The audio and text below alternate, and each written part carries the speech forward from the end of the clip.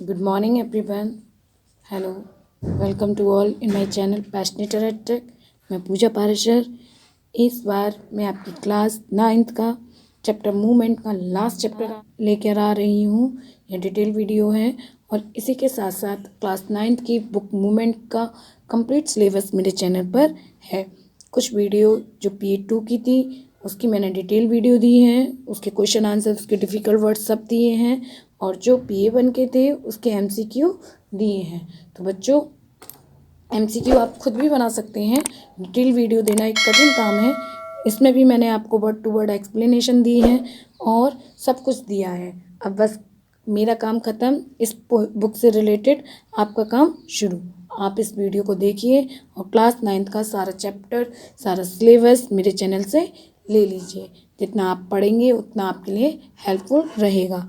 जैसे last video में जो हाउस वाली वीडियो थी उसमें मैंने आपको detail word to word explanation दी थी, इसी तरह से मैं आपको इसमें भी दूंगी। और जो चैप्टर है एक्सीडेंटल टूरिस्ट वो इस बार आपके सिलेबस में नहीं है, इसलिए आप उसकी फ़िक्र ना करें, इस चैप्टर को अच्छी तरह से कर लें। ये भी चैप्टर बहुत अच्छा है और जो भी क्लास 9 की बुक है मूवमेंट, उसमें सारे चैप्टर काफ़ी इंटरेस्टिंग हैं, काफ़ी अच्छे हैं और कुछ ना कुछ सीख हमें लाइफ में ज़रूर दे के जाते हैं। इसीलिए इन चैप्टर्स को आप अच्छी तरह से पढ़िए, समझिए और अपना पेपर अच्छे से दीजिए। शुरू करते हैं हम अपना chapter. The name of this chapter is the bagger. The bagger मतलब भिखारी। और द आपको पता है कहाँ लगता है, जब किसी भी स्पेशल चीज़ को आइडेंटिफाई किया जाता है उसके आगे हम द का प्रयोग, आर्टिकल द का प्रयोग करते हैं। चलिए शुरू करते हैं। What induced a beggar Lashkov to change his way? Let's read and find out. किस चीज़ ने लश्कोव भिखारी को अपने तरीकों के बदलने के लिए उत्साहित किया? आइए पढ़ें और पता लगाएं। इंड्यूस मतलब कौन से तरीके थे और चेंजेस वे यानी उसका तरीका। जो भिखारी का तरीका होता है, क्या होता है आपको पता है, वो हमेशा भीख मांगते रहते हैं, उसको बदला लश्कोव नाम के भिखारी को। Kind sir, have pity, turn your attention to a poor, hungry man. दयालु श्रीमान, दया कीजिए। हैव पिटी मतलब दया कीजिए। पे अटेंशन, ध्यान दीजिए एक पुअर और भूखे व्यक्ति की ओर। यानी क्या कहना चाह रहा है, दयालु श्रीमान आप दया कीजिए, निर्धन व भूखे व्यक्ति की ओर ध्यान दीजिए। For 3 days I have had nothing to eat. पिछले 3 दिन से मैंने कुछ भी नहीं खाया। I have not 5 kopecks for a lodging. और मेरे पास 5 कोपैक यानी 5,000 रूबल भी नहीं है जिससे मैं कुछ भी रह सकूं। कोपैक मतलब वहाँ की एक करेंसी है जहाँ का ये चैप्टर है, ठीक है, जहाँ मैं कहीं रह सकूं। I swear it before God. मैं ईश्वर की शपथ खाकर कहता हूँ। For 8 years I was a village school teacher and then I lost my place through introduce. मैं 8 साल तक विद्यालय का शिक्षक रहा हूँ और फिर षड्यंत्रों का शिकार होकर नौकरी से हाथ खो बैठा हूँ। ठीक है ना, लॉस्ट माई प्लेस यानी अपना स्थान, इंटरव्यू मतलब षड्यंत्र। I fell a victim to calumny. मैं झूठे आरोप का शिकारी हो गया हूँ। It is a year now since I have had anything to do. अब 1 साल से मेरे पास कुछ काम करने के लिए नहीं है। देखिए लश्कोव नाम का जो बैगर है वो राइटर से कह रहा है। The advocate Sergei looked at the red, fawn-colored overcoat of the suppliant, at his dull, drunken eyes, and the red spot on either cheek, and it seems to him as if he had seen this man somewhere before. क्या हो गया? वकील Sergei, Sergei कौन है? एक वकील हैं। Looked at the red, उन्होंने देखा फटे हुए कपड़ों को। फॉ कलर्ड, हल्के बादामी रंग का ओवरकोट जो उसने पहन रखा था। सप्लिएंट मतलब कांतिहीन। एट हिज डल, वो डल था। ड्रंकन आइज, नशीली आंखें थीं। At the red spot on either cheek, और गालों पर लाल धब्बे थे। And it seems to him as if he had seen the man before, और ऐसा प्रतीत हो रहा था कि उन्होंने इस व्यक्ति को पहले कहीं देखा है। पहले जो बात आई थी वो वैगर की थी और सेकंड बात सरगेई की थी। सरगेई यानी एक advocate. I have now had an offer of a position in the providence of Kaluga. The mendicant went on but I have not the money to get there. भिखारी बोलता गया, अब मुझे कलुगा प्रांत में एक नौकरी का बुलावा आया है, परंतु वहां पहुंचने के लिए मेरे पास रुपए नहीं है। आई हैड एन ऑफर मतलब एक ऑफर आया है पोजीशंस के लिए, पोजीशन यानी नौकरी के लिए। कलुगा एक प्रांत है, वहां पर द मेडिकेंट वेंट ऑन, और मुझे वहां पर पहुंचने के लिए पैसे नहीं है। But I have not the money to go there, लेकिन वहाँ पहुँचने के लिए मेरे पास पैसे नहीं हैं। Help me kindly, I am ashamed to ask but I am obliged to by circumstances. कृपया करके मेरी मदद कीजिए, मुझे मांगने में शर्म आती है, परंतु परिस्थितियों के वशीभूत होकर मुझे मांगना पड़ रहा है। ये सर्कमस्टेंसेस मतलब परिस्थिति, आई एम ओब्लाइज्ड मतलब मुझे मांगना पड़ रहा है या मांग रहा हूँ। Sergei's eyes fell on the man's overshoes, one of which was high and other low, and he suddenly remembered something. Sir की नज़रें उस आदमी के रखे जूतों पर पड़ी जिनमें से एक ऊंचा व दूसरा नीचा था। तभी उसे कुछ याद आया। Look here, it seems to me, यहाँ देखो, मुझे ऐसा प्रतीत हो रहा है। I meet you the day before yesterday in Sadovaya street, he said, but you told me then that you were a student who had been expelled, not a village school teacher. Do you remember? मुझे ऐसा प्रतीत हो रहा है कि मैं आपसे सदोया गली कोई स्ट्रीट थी, उसका नाम था, परसों मिला था। उसने कहा, परंतु तब आपने बताया था कि आप एक विद्यार्थी हैं और आपको गांव के स्कूल से निकाल दिया गया है और आप गांव के स्कूल के अध्यापक नहीं हैं। क्या आपको याद है? न न न न no, can't be so, mumbled the beggar, taken aback. नहीं नहीं नहीं, ऐसा नहीं हो सकता। भिखारी हक्का बक्का रह गया। मवल मतलब हक्का बक्का रह गया और अस्पष्ट बोलने लगा, वापस जाने लगा। I am a blaze school teacher and if you like I can show you my paper. मैं इस गांव के स्कूल का अध्यापक हूँ और यदि आप चाहें तो मैं आपको अपने स्कूल के कागजात दिखा सकता हूँ। Have done with lying, you called yourself a student and even told me what you had been expelled for. झूठ बोल रहे हो। तुम मुझसे झूठ बोल रहे हो। तुमने अपने आप को एक विद्यार्थी बताया था और यह भी बताया था कि आपको स्कूल से निकाला गया है। डोंट यू रिमेंबर, क्या तुम्हें याद नहीं है? Sergey flashed and turned from the ragged creature with an expression of disgusting. Sergei लाल पीला हो गया, एक्सप्रेशन से फ्लस्ड हो गया, लाल पीला हो गया और झुंझलाकर उस जीर्ण शीर्ण व्यक्ति के पास से वापस हो गया। रैग्ड मतलब फटे हाल से, एक्सप्रेशन और डिस्गस्ट मतलब बहुत ज़्यादा उसे क्रोध आ गया था और उसे बहुत ज़्यादा गुस्सा आ रहा था कि ये भिखारी उससे झूठ बोल रहा है जिसे अभी उसने कुछ दिन पहले एक विद्यार्थी के रूप में देखा था। दिस इज डिसऑनेस्टी, यह धोखेबाजी है। माय डियर सर, प्यारे जनाब, ही क्राइड एंग्रीली, गुस्से से चिल्लाया। दिस इज स्वीडलिंग, यह ठगी है। स्वीडलिंग में ठगी।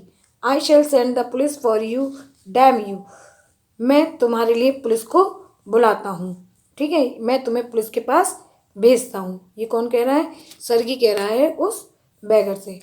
Sir, he said laying his hand on his heart, the fact is I was lying, I am neither a student nor a school teacher. अब ये जो बैगर है वो क्या कहता है? श्रीमान, उस भिखारी ने अपने दिल पर हाथ रखते हुए कहा। Laying his hand on his heart मतलब अपने दिल पर हाथ रखते हुए कहा। द फैक्ट, बात यह है, आई एम लाइंग कि मैं झूठ बोल रहा हूँ, ना तो मैं स्टूडेंट हूँ ना ही school teacher. All that was fiction, वह सब एक झूठ था। फिक्शन मतलब झूठ, कल्पना। Formerly I sing an Russian choir and was sent away for drunkenness. पहले मैं एक रूसी गायक मंडली में था, रूसी गायक मंडली, एंड और मुझे वहाँ से ज़्यादा शराब पीने की वजह से निकाल दिया गया। ड्रंकनेस मतलब ज़्यादा शराब पीने की वजह से। But what else can I do, लेकिन मैं कर क्या सकता हूँ? I can get along without lying, मैं झूठ बोले बिना भी नहीं रह सकता। No one will give me anything when I tell the truth, यदि मैं सच बोलूँगा तो कोई भी मुझे कुछ भी नहीं देगा। वॉट कैन आई डू, मैं क्या कर सकता हूँ? ये कौन कह रहा है? ये वैगर है जो कि सरगी नामक एडवोकेट से कह रहा है। वॉट कैन यू डू, तुम क्या कर सकते हो? You ask what you can do, तुम पूछते हो कि तुम क्या कर सकते हो। क्राइड सरगी, सरगी चिल्लाया। कमिंग क्लोजिंग टू हिम, उसके पास आते हुए। Work that's what you can do, काम, तुम यह कर सकते हो। यू मस्ट वर्क, तुम्हें काम करना ही चाहिए। मतलब सरगी हट्टे कट्टे भिखारी को देखकर कह रहा है कि तुम्हें काम करना चाहिए। वर्क, यस, काम, हाँ। I know that my self, but where can I find work. हाँ, यह मुझे पता है, पर मुझे काम कहाँ मिलेगा। How would you like to chop wood for me. क्या तुम मेरे लिए लकड़ी काटने का काम करोगे। I would not refuse to that, but in these days even skilled wood cutters find them self sitting without bread.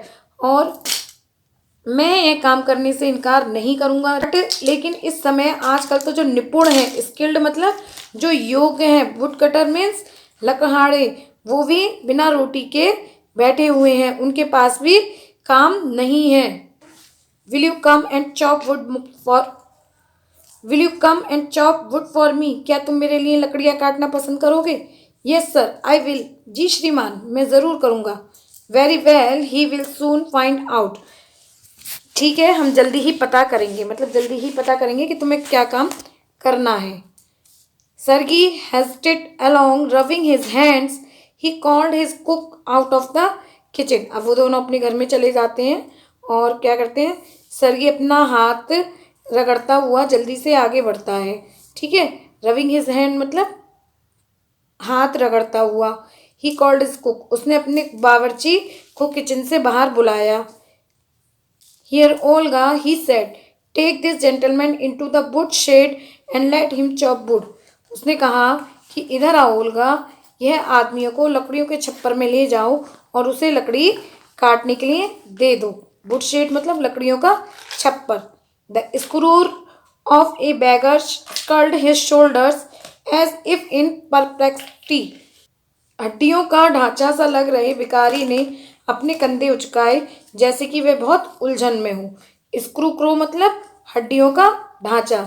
Shrugged his shoulder मतलब कंधे उचकाए। और परप्लेक्सिटी मीन्स क्या है, उलझन। And went hideously after the cook मतलब बड़ी दुविधा में वह कुक के पीछे चला गया। It was obvious from his gait that he had not constrained to go and chop wood because he was hungry and wanted work, but simply from pride and shame and because he had been trapped by his own work. उसकी चाल से यह स्पष्ट था कि वह लकड़ियां काटने के लिए इसलिए नहीं माना क्योंकि वह भूखा था और उसे काम चाहिए था, बल्कि सिर्फ स्वाभिमान और शर्मिंदगी के कारण, और क्योंकि वह खुद अपने शब्दों के जाल में फंस गया था। यह भी साफ था कि उसकी सेहत शराब के कारण खराब हो गई थी और वह अस्वस्थ था और कठोर परिश्रम के प्रति कोई झुकाव महसूस नहीं कर रहा था। Now next, Sergei hurried into the dining room. सरगी अपने भोजन कक्ष में चला गया। From its windows one could see the wood shed and everything that went on in the yard. उस कमरे की खिड़की से कोई भी लकड़ियों वाले छप्पर को और आहते में जो भी हो रहा हो उसे देख सकता था। Standing at the window, Sergei saw the cook and the beggar come out into the yard by the back door and make their way across the dirty snow to the shade. खिड़की के पास खड़ा होकर सरगी ने बावर्ची और भिखारी को पिछले दरवाजे से आहते में आते हुए देखा और गंदी बर्फ को परे करके छप्पर की तरफ बढ़ते हुए देखा। Olga glared wrathfully at her companion, shoved him aside with her elbow, unlocked the shade and angrily backed the door. Olga ने गुस्से से अपने साथी को घूरा, अपनी कोहनी से उसे एक तरफ धक्का दिया, छप्पर का ताला खोला और दरवाजे को जोर से धक्का दिया। आपको इस पिक्चर में क्लियर दिखाई दे रहा होगा, ये ओल्गा है जो हाथ में कुल्हाड़ी लेके खड़ी है। ये कोट पहने हुए वो वैगर है और ये दाढ़ी में सरगी है। तो आपको इस पिक्चर से अच्छी तरह से समझ में आ गया होगा कि ओल्गा किस तरह से उस वैगर को काम कराने के लिए प्रेरित कर रही है। और इस ओल्गा का इस चैप्टर में एक बहुत महत्वपूर्ण रोल है जो आपको आगे दिखाई देगा। इसीलिए आप इस वीडियो को पूरा देखें और कमेंट में लिख के भी बताएं कि आपको ओल्गा के कैरेक्टर से क्या सीखने को मिला। Next, he saw the pseudo teacher sent himself on a log and become lost in thought with his red cheeks resting on his fist.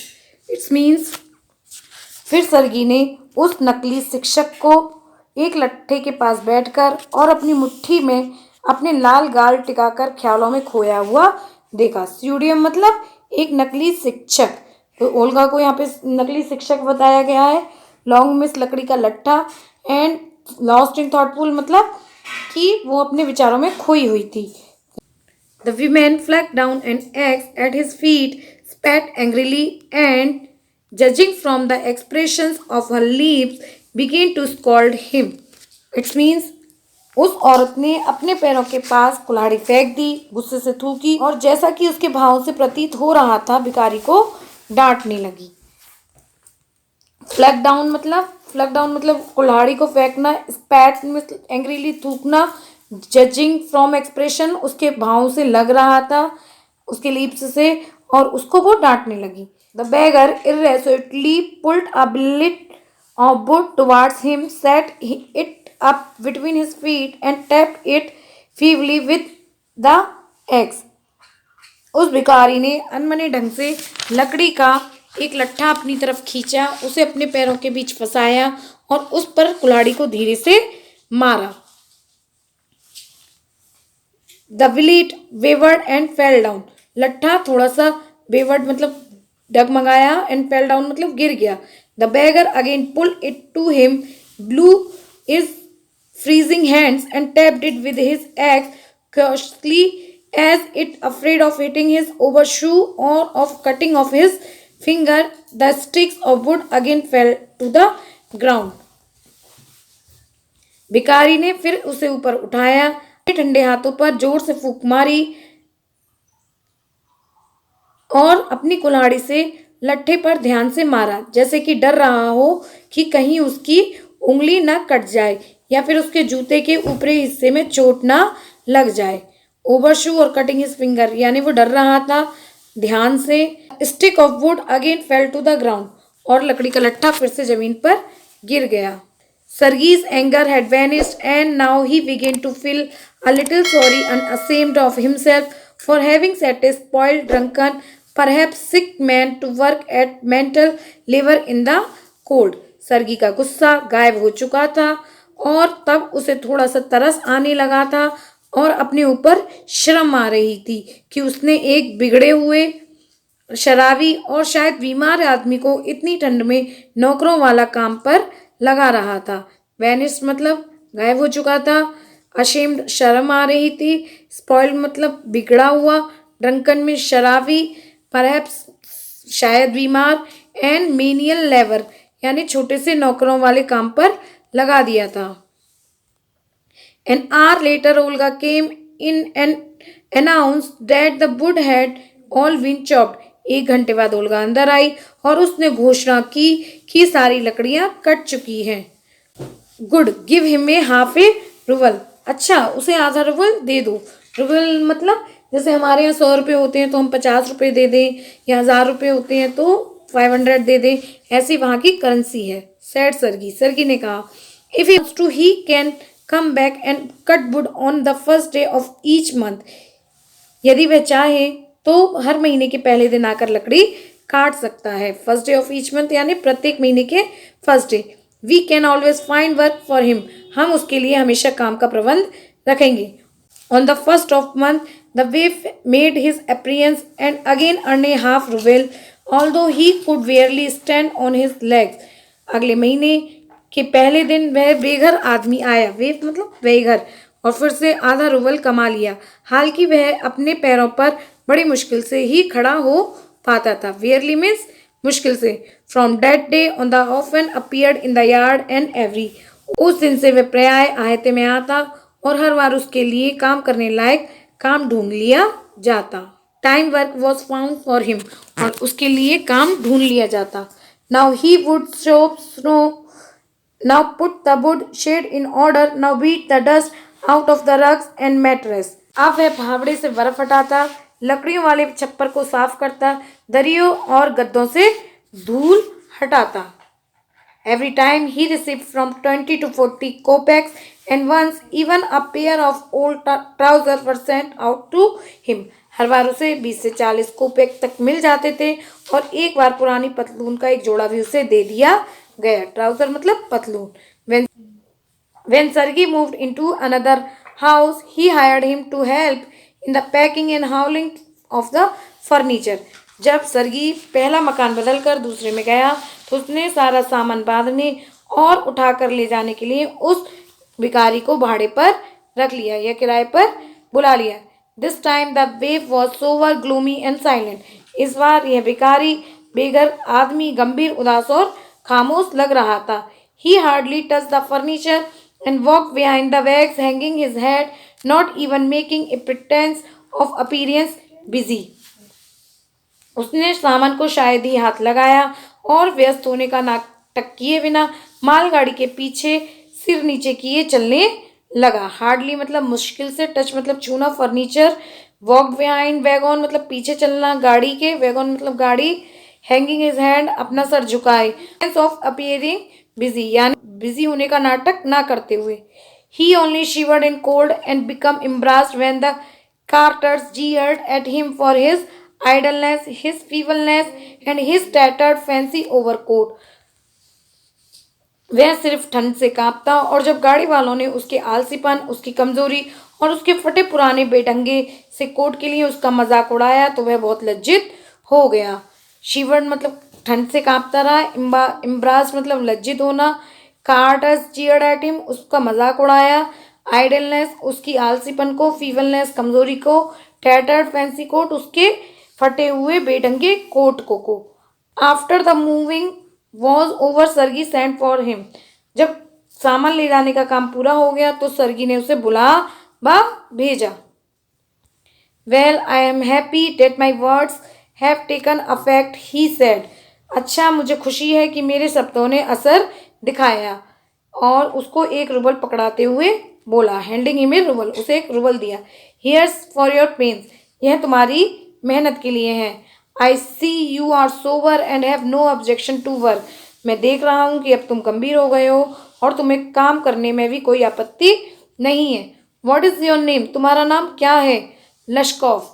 लश्कॉफ उसने बताया. लश्कॉफ यानी जो वो बैगर था उसका नाम अब पता चला है Lushkoff. Well Lushkoff I can now offer you some other cleaner employment, can you write. उसने कहा अच्छा लश्कॉफ अब मैं तुम्हें कोई दूसरा और बेहतर काम दे सकता हूँ, क्या तुम लिख सकते हो. आई कैन, हाँ मैं लिख सकता हूँ. ये किसने कहा. लश्कॉफ ने कहा. Then take this letter to a friend of mine tomorrow and you will be given some copying to do. फिर कल तुम यह पत्र लेकर मेरे एक मित्र के पास चले जाना और तुम्हें कुछ प्रतिलिपियां लिखने को दे दी जाएंगी. प्रतिलिपियां मतलब नकल करने के लिए, ठीक है. कॉपिंग. वर्क हार्ड कठिन परिश्रम करना. डोंट ड्रिंक शराब मत पीना. And remember what I have said to you goodbye, और हमेशा याद रखना मैंने तुमसे जो कहा है. अलविदा. गुड बाय मिस अलविदा. Pleased at having put a man on the right path, Sergei tapped Lushkoff kindly on the shoulder and even gave him his hand at parting. इस बात से सरगी बहुत खुश था कि उसने एक आदमी को सही रास्ता दिखाया है. सरगी ने प्यार से लश्कॉफ का कंधा थपथपाया और जाते समय उससे हाथ भी मिलाया.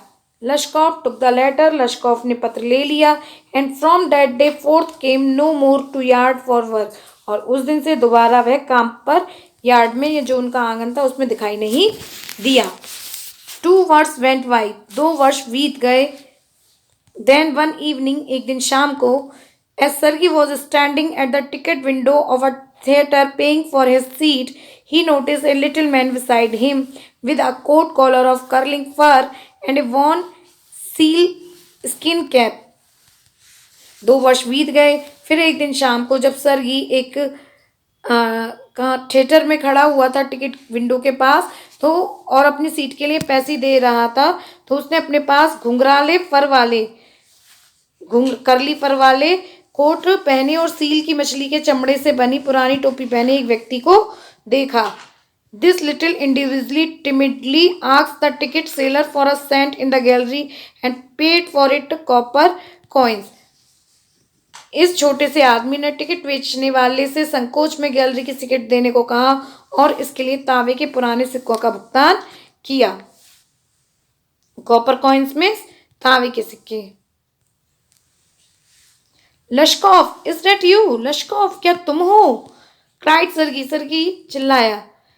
Recognise in the little man this former wood chopper, अपने पुराने छोटे से लकड़ी काटने वाले आदमी को पहचानते हुए सरगी चिल्लाया। हाउ आर यू, तुम कैसे हो? व्हाट आर यू डूइंग, तुम क्या कर रहे हो? How is everything with you, तुम्हारे साथ सब कैसा है? All right, I am a notary now and am paid 35 roubles in a month. उसने कहा मैं अच्छा हूँ और मैं अब एक वैध अधिकारी हूँ। जो वकील के साथ वर्क करते हैं उनको नोटरी बोला जाता है। और अब मुझे महीने के 35 रूबल मिलते हैं। कहाँ वह महीने में आधा रूबल कमा पाता था और कहाँ उसे अब महीने के 35 रूबल मिलते हैं। ये देखिए पिक्चर में, ये वो लश्कोफ है, ये सरगी है और ये ओल्गा है। अभी रियल कहानी आपको समझ में आएगी। थैंक हेवन, डेट्स फाइन, भगवान का शुक्र है, यह तो बहुत अच्छा है। I am delighted for your sake, मुझे तुम्हारे लिए बहुत खुशी है। I am very very glad Lushkoff, मैं बहुत बहुत खुश हूँ Lushkoff. You see you are my godson in a sense, तुम मेरे लिए मेरे एक धर्मपुत्र की तरह हो। गॉड सन मतलब धर्मपुत्र। I gave you a push along the right path, you know, तुम जानते हो मैंने तुम्हें सही रास्ते पर धकेला था। डू यू रिमेंबर, क्या तुम्हें याद है? What a roasting I gave you, मैंने तुम्हें कितना डांटा था। I nearly had you sinking into the ground at my feet that day, तुम उस दिन बिल्कुल मेरे पैरों पर गिरने वाले थे। Thank you old man for not forgetting my words, आपका बहुत बहुत धन्यवाद कि तुमने मेरे शब्दों को नहीं भूला। लश्कोफ ने कहा थैंक यू टू, आपका भी धन्यवाद। If I had not come to you then I might still have been calling myself a teacher or a student to this day, आपके विनम्र शब्दों और कार्यों के लिए बहुत बहुत धन्यवाद।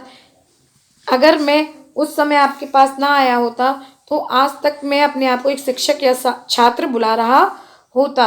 Yes, by flying to your protection I dragged myself out of a pit, हाँ आपकी सुरक्षा में आकर मैंने अपने आप को गड्ढे से बाहर निकाल लिया। I am very glad indeed, I am very glad indeed, उसने कहा हाँ वास्तव में मैं बहुत खुश हूँ। Thank you for your kind words and deed, I am very grateful to you and to your cook, आपके विनम्र शब्दों और कार्यों के लिए धन्यवाद। मैं आपका और आपकी उस बावर्चीन का बहुत एहसानमंद हूँ। Grateful means एहसानमंद।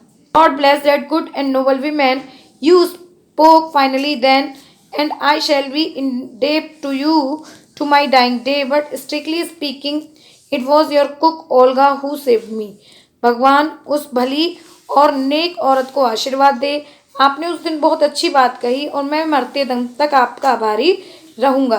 पर वास्तव में मैं आपकी बावर्चीन ओल्गा थी जिसने मुझे बचाया। उसे बहुत ज़्यादा आश्चर्य हुआ कि ओल्गा तो उसे डांटती थी, उसे फटकारती थी, भाई ओल्गा ने उसे कैसे चेंज कर दिया और ये उसका एहसान मान रहा है। हाउ इज डैट, वह कैसे? सरी को बहुत आश्चर्य हुआ। When I used to come to your house to chop wood, she used to begin, oh you, shot you, oh you miserable creature, there is nothing for you but ruin. जब मैं आपके घर लकड़ी काटने आया करता था तो वह शुरू हो जाती थी और मुझसे कहती थी ओ शराबी, ओ अभागे जीव, तुम्हारा सत्यानाश हो। And then she would sit down opposite me, और वह मेरे सामने आके बैठ जाती थी एंड ग्रो सैड, और दुखी होती थी।